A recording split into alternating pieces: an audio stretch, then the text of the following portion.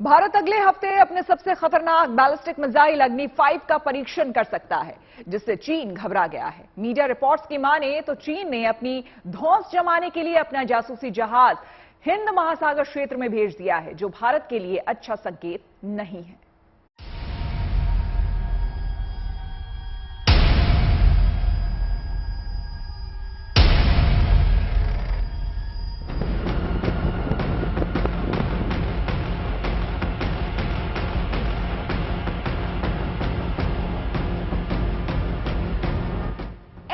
हिंदुस्तान के ballistic missile test से पहले चीन की चाल। हिंद महासागर में चालबाज चीन ने घुसाया जासूसी जहाज। हिंद महासागर में चीन का लुका छिपी वाला खेल। हिंदुस्तान के बैलिस्टिक मिसाइल टेस्ट होने की खबर से चीन घबरा गया है।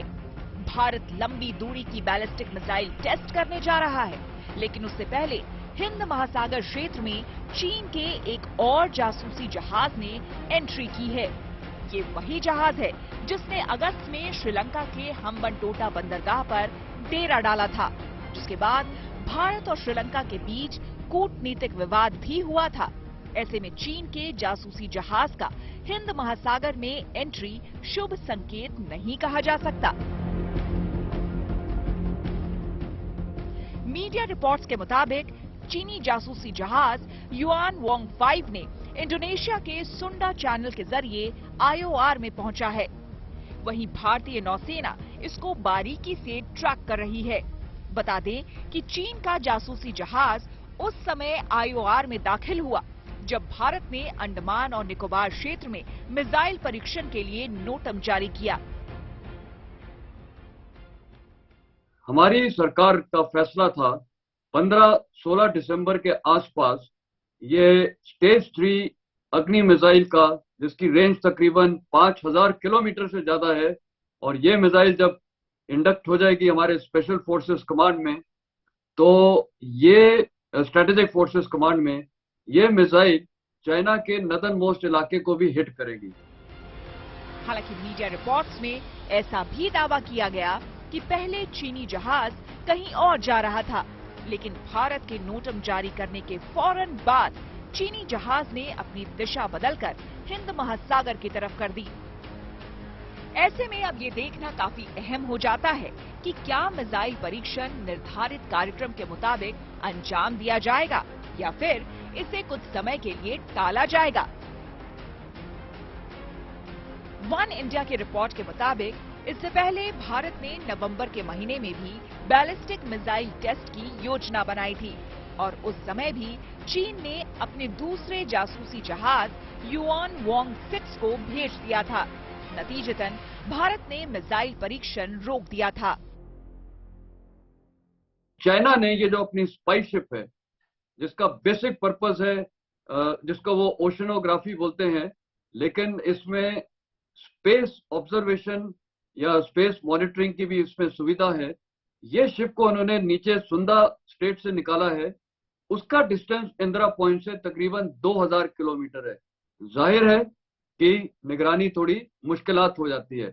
इसके बावजूद हमारी नौसेना ने हमारे भारत सरकार को इत्तला कर दिया है कि ये शिप घूम रही है और यहाँ पर अभी इस प्रकार है, और हो सकता है ये शिप बाद में डॉक वापस आके हम्बनटोटा में करे। अग्नि 5 टेस्ट करेगा भारत। 20,000 टन वजनी युआन वैंग 5 जासूसी उपकरणों से लैस है।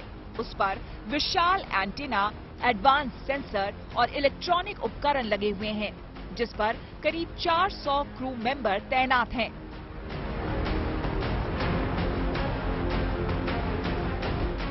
खास बात यह है कि चीन के इस जासूसी विमान ने हिंद महासागर में तब दस्तक दी है जब कुछ ही दिन पहले भारत ने मिसाइल परीक्षण को लेकर नोटम जारी किया था।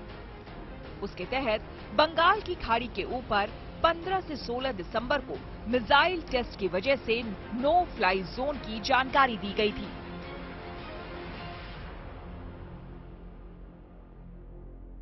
कि ये शिप का बेसिक पर्पस था, ये जो हमारी अग्नि मिसाइल फायरिंग का टेस्ट है 15-16 दिसंबर को, इसको मॉनिटर करना, और बेसिकली इसको ये स्पेस मॉनिटरिंग के लिए है।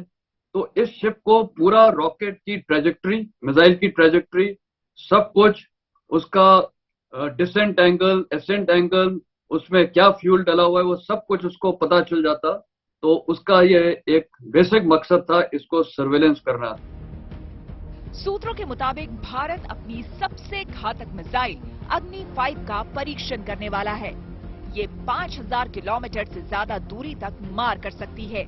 अग्नि 5 को tri service strategic forces command (FSC) में शामिल किए जाने की प्रक्रिया चल रही है। 3 चरणों वाले अग्नि 5 का पहला यूजर ट्रायल अक्टूबर 2021 में किया गया था। ये मिसाइल चीन के किसी भी शहर को नेस्तनाबूद करने में सक्षम है। फिलहाल अब देखना ये होगा कि मिसाइल टेस्ट पहले से तय समय पर किया जाता है या उसे कुछ दिनों के लिए टाला जाएगा। वैसे भी सभी देशों को फ्रीडम ऑफ नेविगेशन के तहत इंटरनेशनल वाटर में अपने जहाज को लाने और ले जाने का अधिकार है। यही वजह है कि चीन के जासूसी जहाज के बार बार हिंद महासागर में मंडराने पर भारत आपत्ति भी नहीं जता सकता। वहीं भारत के लिए सबसे बड़ी चिंता की बात यह है कि चीन भविष्य में श्रीलंका के हम्बनटोटा बंदरगाह का इस्तेमाल अपनी पनडुब्बियों और युद्ध पोतों के लिए नेवी बेस के तौर पर कर सकता है, जो किसी भी लिहाज से भारत के लिए अच्छा नहीं है। Bureau report, good news today.